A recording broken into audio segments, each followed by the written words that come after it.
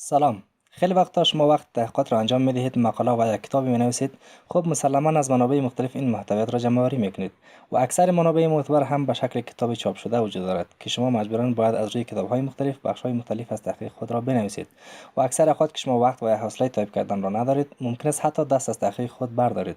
اما اگر میخواهید این مشکل شما فقط با گرفتن عکس از محتویات مورد نظر و تبدیل اون به فایل قابل ویرایش ورد حل شود، پس ادامه ویدیو را بیننده باشید.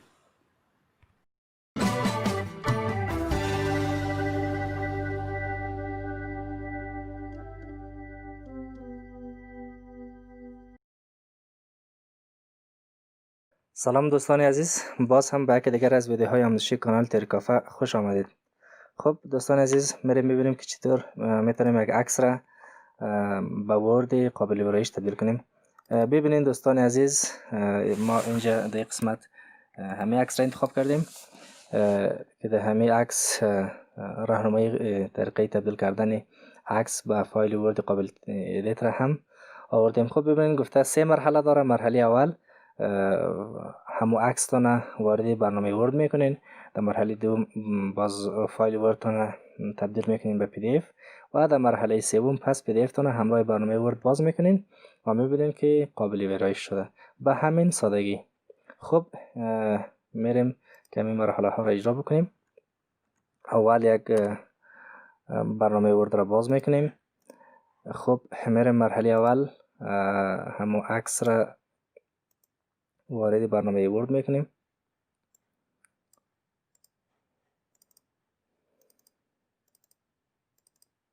خب دوستان عزیز، همون رقم که میبینین یک عکس هست. ببینید فرمت پیکچر فرمت، همون فرمت عکس تبی عکس در اینجا فعال شده. خب میریم در مرحله دوم. گفتیم ای را تبدیل میکنیم به فایل پی دی اف.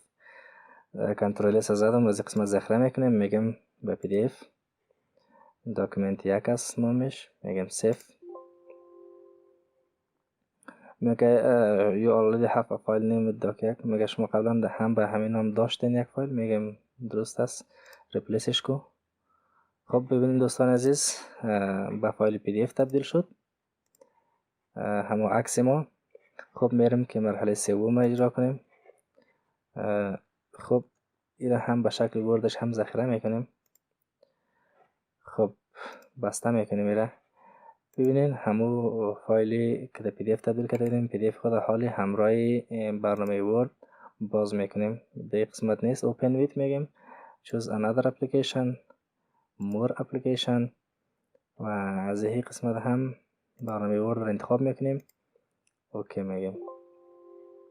در این قسمت فقط به ما یک وارنینگ داده و میگه که این فایل وردتان فایل پی دی اف تان تبدیل میشه با یک برنامه فایل قابل ویرایش ورد. میگیم اوکی. خب ببینید دوستا، تبدیل شده. در صفحه اول چیزی نیست.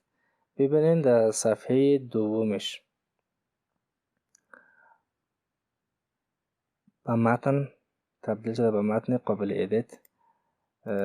میریم همون داکیومنتش هم که به شکل عکس وجود داشت باز میکنیم، مقایسه میکنیم که ببینیم کدام خرابی نکرده باشه. خب از قسمت ویو میریم، میگیم ویو ساید بای ساید. ببینید دوستا، این فایلی که در طرف چپ میبینید هم فایل ورد ما بود که عکس را امپورت کرده بودیم.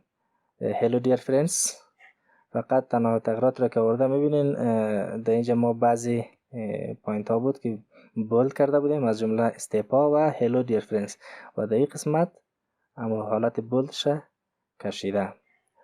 دیگه کلش این همی عکس است که ما بر فایل قابل ویرایش ورد تبدیل کردیم و خوشبختانه فعلا قابل ویرایش است.